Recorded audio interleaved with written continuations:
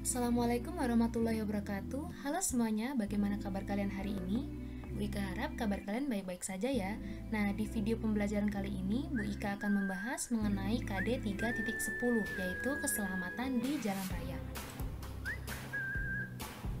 Keselamatan di jalan raya merupakan suatu upaya mengurangi kecelakaan dengan memperhatikan faktor-faktor penyebab kecelakaan seperti prasarana, faktor sekeliling, sarana, manusia, dan rambu atau aturan.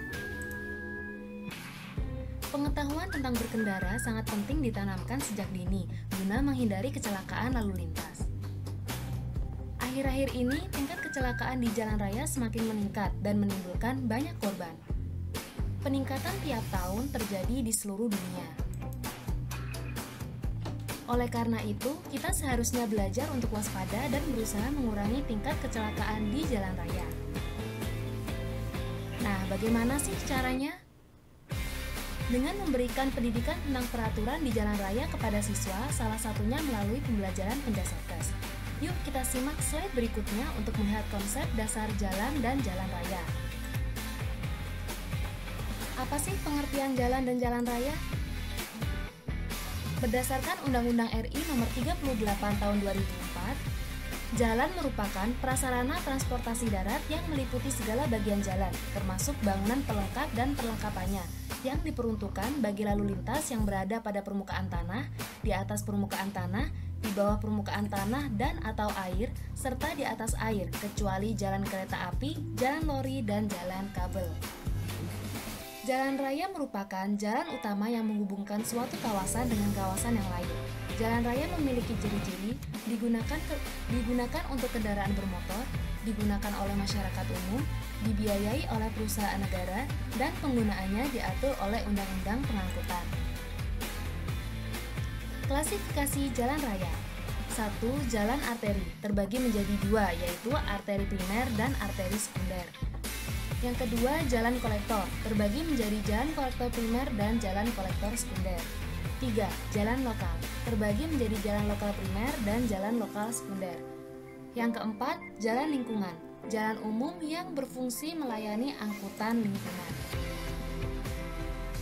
Jalan arteri primer, ciri-cirinya menghubungkan antar kota, kecepatan kendaraan lebih dari 60 km per jam, lebar badan jalan lebih dari 8 meter, kapasitas jalan lebih besar dari volume lalu lintas rata-rata, tidak boleh terganggu oleh kegiatan lokal dan lalu lintas lokal. Jalan primer tidak terputus walaupun memasuki kota.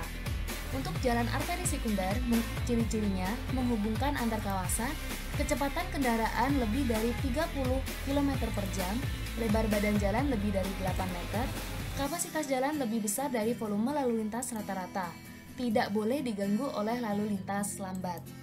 Selanjutnya, jalan kolektor primer dan sekunder. Ciri-ciri jalan kolektor primer adalah menghubungkan antar kota, kecepatan kendaraan lebih dari 40 km per jam, lebar badan jalan lebih dari 7 meter, kapasitas jalan lebih besar dari volume lalu lintas rata-rata, tidak boleh terganggu oleh kegiatan lokal dan lalu lintas lokal.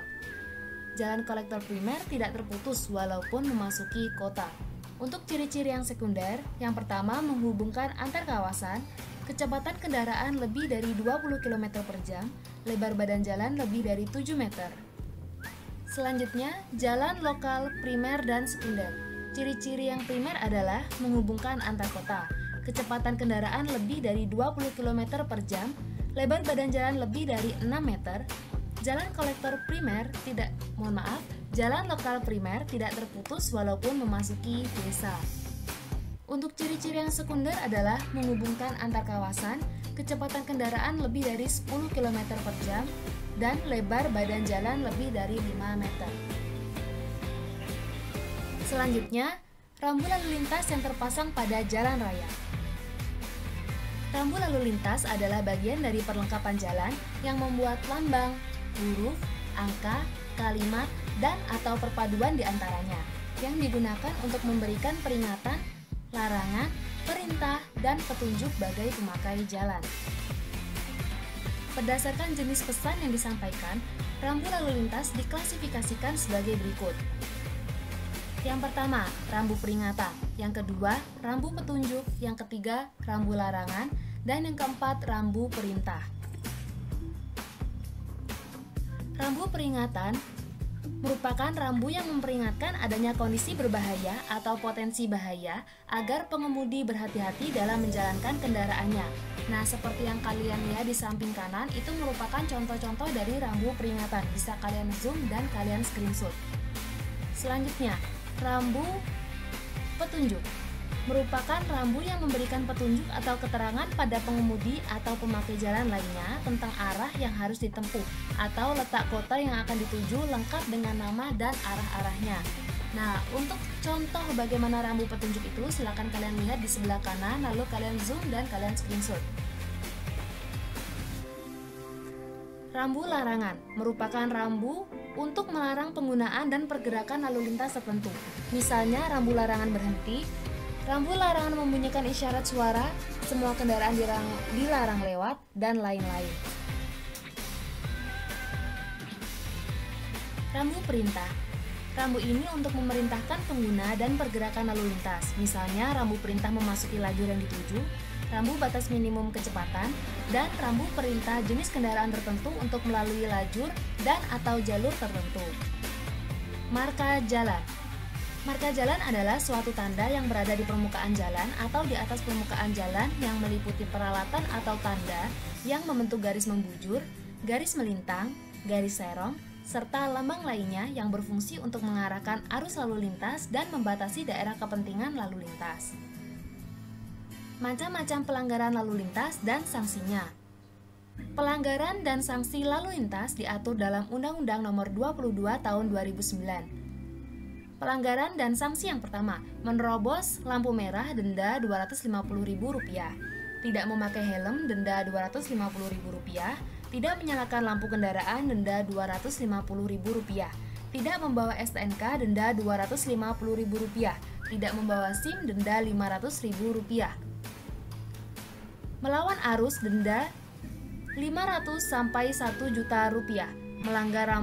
Melanggar rambu-rambu lalu lintas dengan sanksi kurungan 2 bulan penjara atau denda maksimal Rp500.000.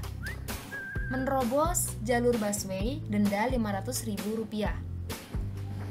Tidak menggunakan spion, denda Rp250.000. Berkendara melewati trotoar, sanksi pidana penjara 1 tahun atau denda paling banyak Rp24 juta.